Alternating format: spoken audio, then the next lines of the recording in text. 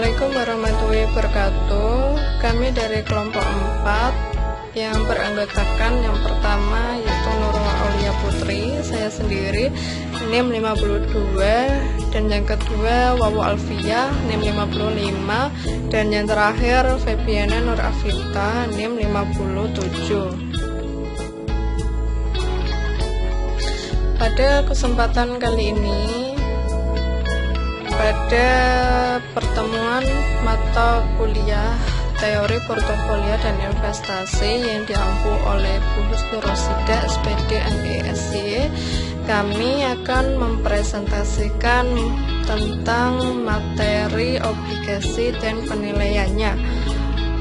Kemudian materi yang pertama yaitu tentang obligasi dan jenis-jenis obligasi akan disampaikan oleh Mbak Febi.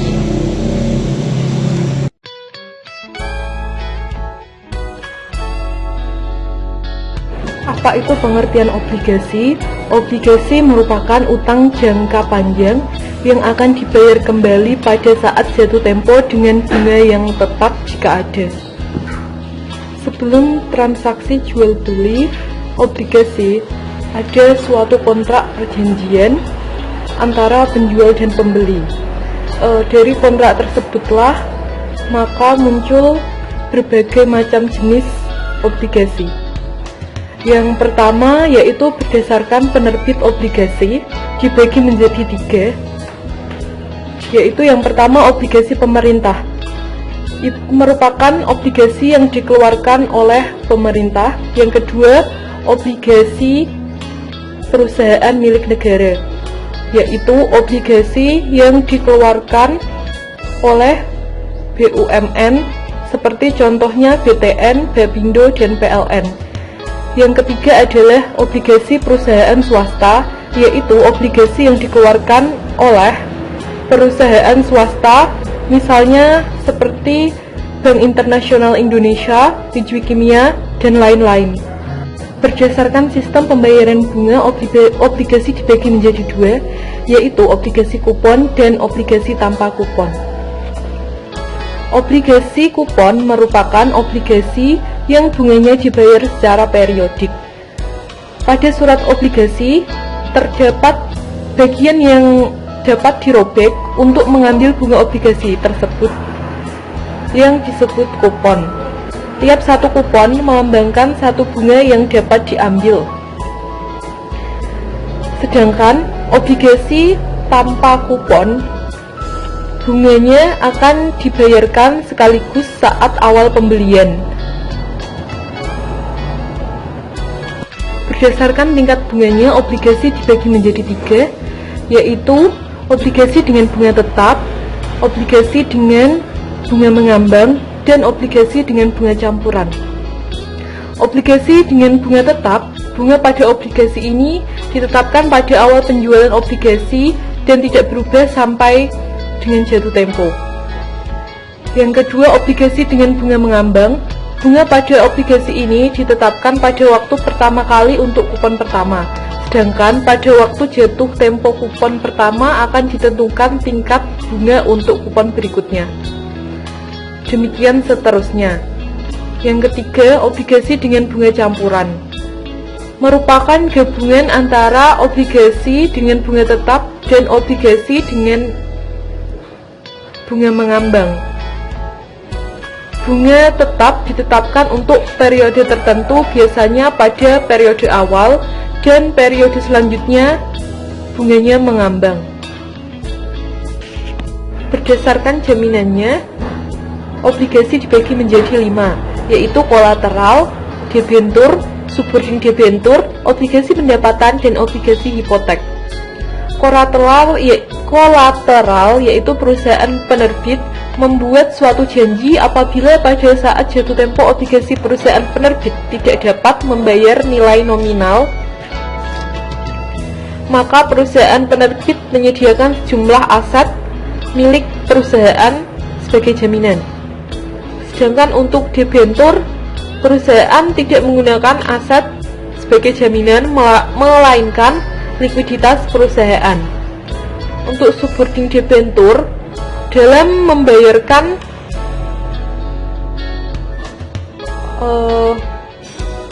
dalam perjanjian kontrak, apabila perusahaan bangkrut, dalam pembayarannya itu terdapat prioritas. Yang pertama dibayarkan yaitu dari debentur baru yang obligasi subordin debentur. Yang selanjutnya adalah obligasi pendapatan. Obligasi tipe ini tidak dijamin dengan aset tertentu. Di samping itu, perusahaan penerbit tidak mempunyai kewajiban membayar bunga secara periodik kepada pemegang obligasi. Dalam obligasi, perusahaan akan membayar bunga apabila laba yang dicapai cukup untuk membayar bunga. Yang kelima adalah obligasi hipotek atau mortgage. Obligasi tipe ini dijamin dengan aset tertentu dan aset yang dijadikan anggunan disebutkan secara jelas. Aset tersebut biasanya merupakan aset tetap yang tidak bergerak, misalnya tanah dan gedung.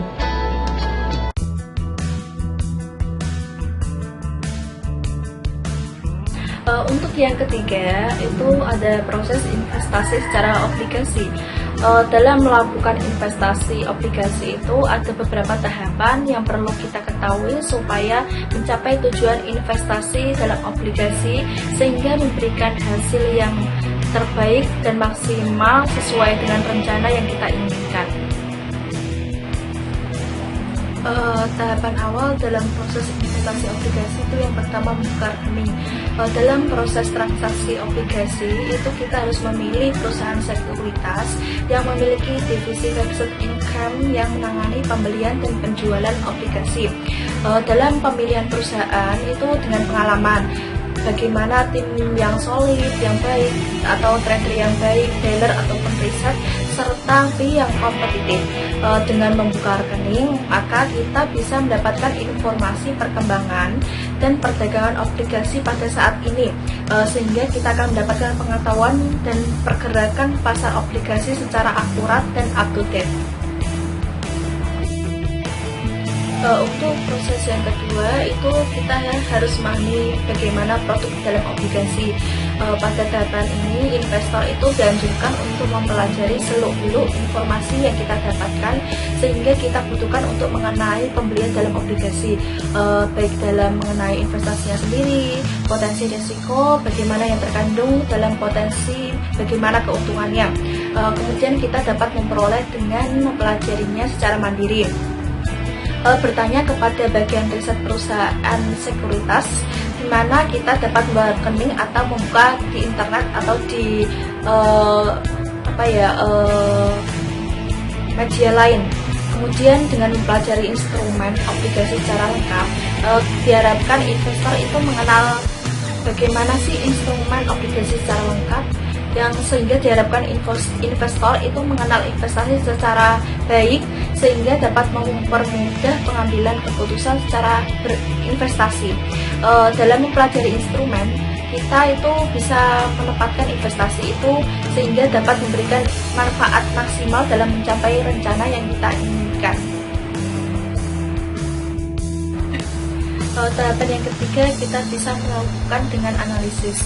Mengapa kita harus melakukan analisis terlebih dahulu? Karena dengan melakukan analisis terlebih dahulu, maka kita akan mendapatkan keputusan yang kita ambil sesuai dengan apa yang kita inginkan, yaitu dengan kestabilan pendapatan, dengan aspek-aspek yang dibutuhkan seperti kupon, jangka waktu, nilai penerbitan, dan peringkat. Dengan latar belakang serta profil penerbit juga menjadi pertimbangan sendiri. Dengan informasi yang lengkap, akurat, dan up-to-date itu diharapkan semua keputusan yang kita ambil tidak menimbulkan kerugian atau kesalahan yang fatal, sehingga dianjurkan untuk membandingkan antara obligasi yang sejenis.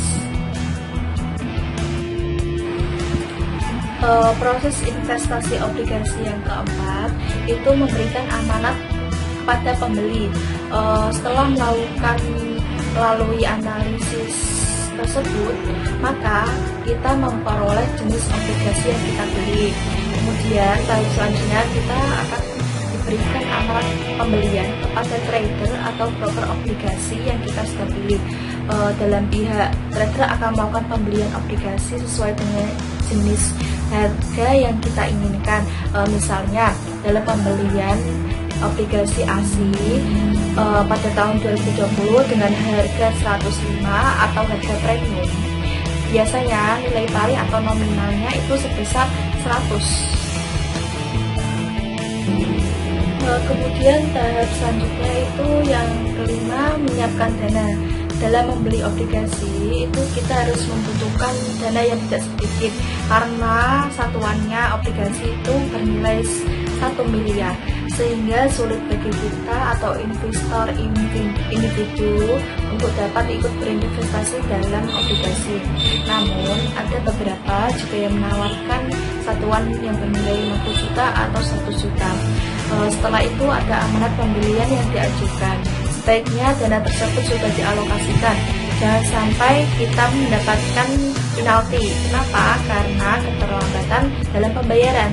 Selain itu, penampatan dana tunai atau yang serba mendadak mungkin bisa mengganggu kelancaran aliran arus kas keuangan kita atau keluarga kita. Untuk tahapan terakhir itu kita bisa menyelesaikan pembayaran obligasi. Dalam pembayaran dana obligasi ini itu bisa kita lakukan melalui transfer ke rekening perusahaan sekuritas tersebut. Setelah pembayaran selesai, maka kita sebagai pembeli tinggal menunggu proses settlement atas transaksi tersebut. Dalam obligasi ini itu kita akan membeli sehingga tercantum di rekening perusahaan sekuritas dan tercatat di KCI. Kemudian pemindahantanganan hak atas obligasi akan sangat mudah dilakukan secara elektronik, karena saat ini fisik obligasi tidak lagi berupa sertifikat, namun sudah speedless atau tahap warkat. Bisa kita lihat di Google atau media lainnya. Kemudian administrasi pembukaan akan dilakukan oleh bank kustodian perusahaan sekuritas. Untuk hal itu, maka bank bersangkutan akan memungutnya biaya tertentu.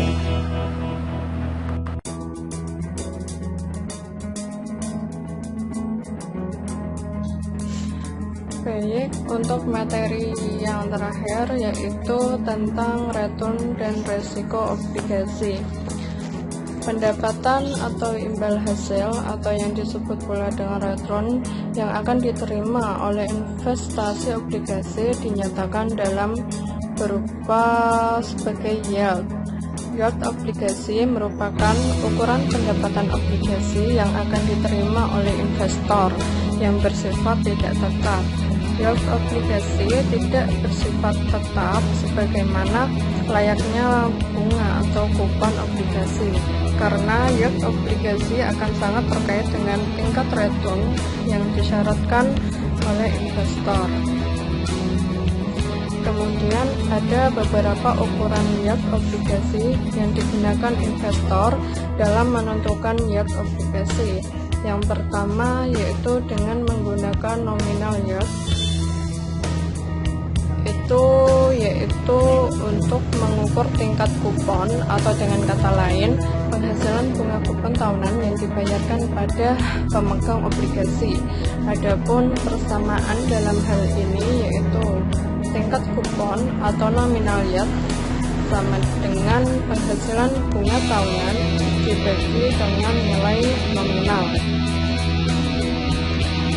Adapun contoh dalam nominal yield yaitu seorang investor membeli sebuah obligasi dengan nilai nominal 1 juta dan mempunyai tingkat kupon 10%. Maka untuk menghitung penghasilan bunga tahunan adalah sebagai berikut. Yang pertama yaitu kita menentukan penghasilan bunga tahunan itu dengan rumus berdasarkan persamaan tadi didapat tingkat kupon dikalikan nilai nominal itu 10% dikalikan 1 juta yaitu mendapatkan 100.000. Jadi penghasilan bunga tahunan pada investasi ini adalah 100.000. Lalu yang kedua yaitu current yield, yaitu mengukur tingkat pendapatan yang sekarang. Pada current yield ini berdasarkan nilai pasar yang dapat berubah-ubah.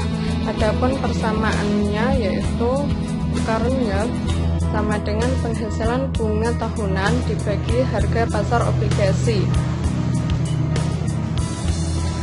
Adapun contoh dalam current yield, yaitu sebuah obligasi mempunyai nilai nominal 1 juta dengan tingkat kupon 12%, dibayar 2 kali setahun.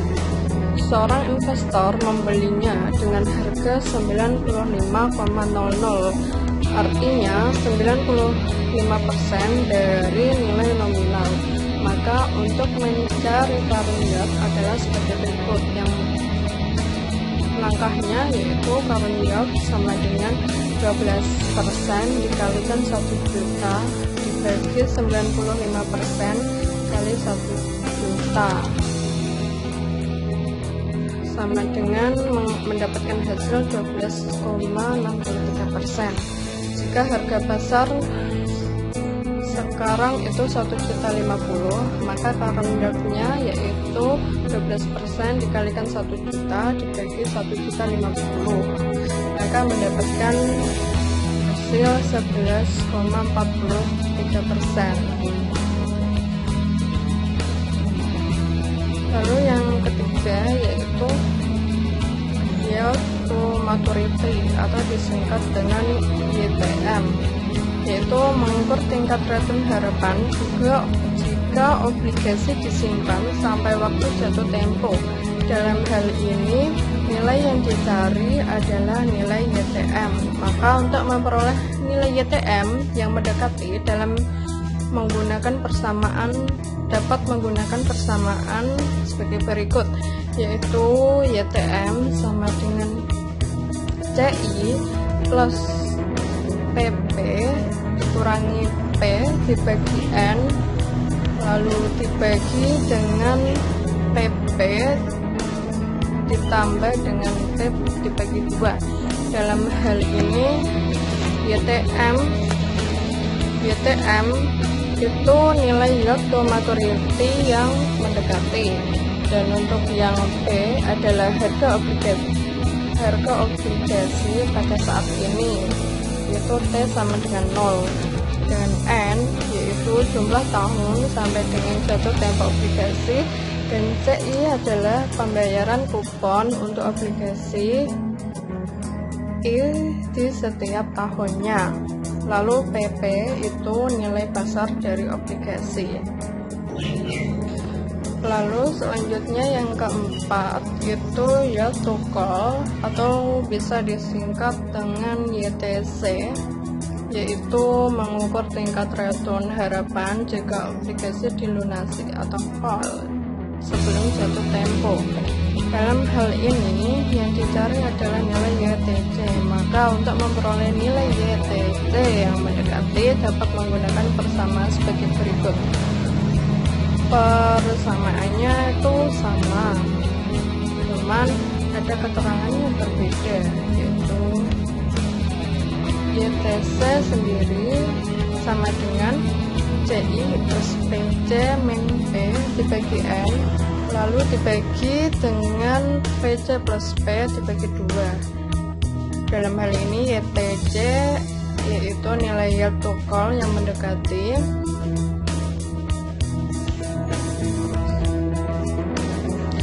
lalu P harga obligasi pada saat ini atau T sama dengan 0, dan C itu periode sampai dengan saat obligasi dilunasi atau bisa disebut dengan first call date, dan TI itu pembayaran kupon untuk obligasi setiap tahunnya, dan PC itu call price obligasi.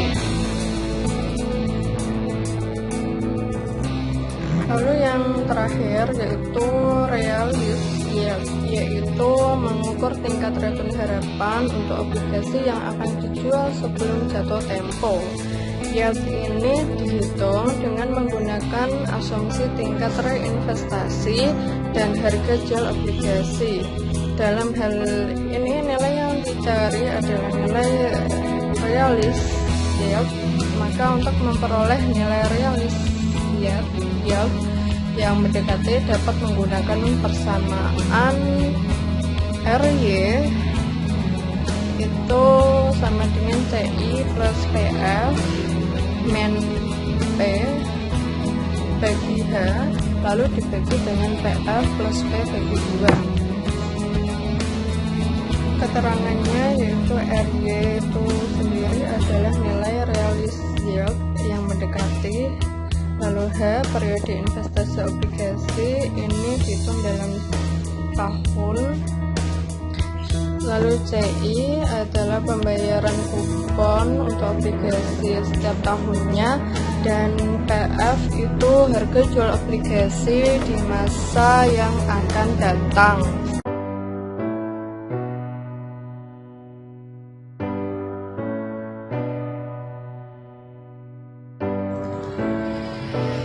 Untuk materi yang selanjutnya yaitu tentang risiko obligasi. Risiko merupakan kemungkinan perbedaan antara return aktual dan yang diterima dengan return harapan. Semakin besar kemungkinan perbedaannya, berarti semakin besar pula risiko investasi tersebut. Dalam investasi obligasi seringkali terdapat resiko dalam investasi obligasi yaitu ada 8. Resiko yang pertama yaitu resiko tingkat bunga pasar atau disebut pula dengan market interest risk. Risiko ini merupakan sumber risiko bagi investor pada efek pendapatan tetap. Hal ini disebabkan tingkat bunga harga pasar yang memicu ketidakstabilan harga pasar obligasi. Dan yang kedua yaitu risiko daya beli atau purchasing power risk. Risiko daya beli ini sangat dipengaruhi oleh inflasi suatu negara. Pada tingkat inflasi yang rendah, return atas obligasi akan menjadi baik pula. Tetapi jika tingkat inflasi yang cukup tinggi, kemungkinan besar return akan habis atau bahkan negatif karena harus menyerap tingkat inflasi yang tinggi itu. Dengan demikian akan menurunkan daya beli. Dan yang ketiga yaitu risiko prestasi atau default risk. Risiko yang terjadi karena ketidakmampuan issuer dalam membayar kewajibannya, baik bunga maupun pokoknya, bahkan kelalaian atau keterlambatan pembayaran. Dan yang keempat yaitu risiko likuiditas atau liquidity risk. Risiko likuiditas obligasi yang dimiliki ini sangat penting. Sebab jika suatu obligasi tidak likuid, maka proses pencairan menjadi uang kas akan terhambat. Inilah yang akan mempengaruhi struktur keuangan. Yang kelima yaitu risiko jangka waktu jatuh tempo atau maturity risk. Makin panjang suatu jangka waktu jatuh tempo obligasi, maka makin labil harga pasar obligasi yang bersangkutan. Karena dengan maturity yang semakin panjang, maka proyeksi terhadap suatu komponen tertentu akan semakin panjang pula. Yang keenam yaitu risiko mata uang atau currency risk. Risiko ini dihadapi oleh investor yang membeli obligasi dalam dominasi mata uang asing. Risiko yang dihadapi adalah kerugian atas perbedaan nilai tukar mata uang asing dengan mata uang lokal. Lalu selanjutnya ada risiko call atau call risk. Risiko call adalah risiko yang dihadapi oleh investor obligasi karena penerbit obligasi dapat melaksanakan haknya untuk menebus obligasi tersebut sesuai dengan aturan yang digariskan dalam kontrak. Risiko ini terdapat pada obligasi yang bersifat callable. Dan selanjutnya yaitu ada risiko politik atau political risk. Situasi politik suatu negara di mana issuer berdomisili ini merupakan faktor yang sangat menentukan kelancaran usaha issuer yang pada akhirnya mempengaruhi kinerja perusahaan. Kinerja perusahaan yang tidak baik dapat menjurus ke default risk. Dan yang terakhir yaitu ada risiko sektor industri atau industri sektor risk. Pertumbuhan sektor industri dari issuer secara makro akan memberikan gambaran yang lebih jelas tentang proyeksi pertumbuhan issuer. Jika pertumbuhan sektor industri mengalami penurunan, maka secara langsung juga akan mempengaruhi kinerja perusahaan serta tingkat harga pasar obligasi. Demikian presentasi dari kelompok 4. Apabila ada yang ingin ditanyakan, bisa langsung didiskusikan pada forum yang sudah tersediakan. Dan apabila ada kesalahan dalam penyampaian atau ada tambahan, bisa ditanyakan dan didiskusikan. Sekian dari kami. Atas perhatiannya kami ucapkan terima kasih. Wassalamualaikum warahmatullahi wabarakatuh.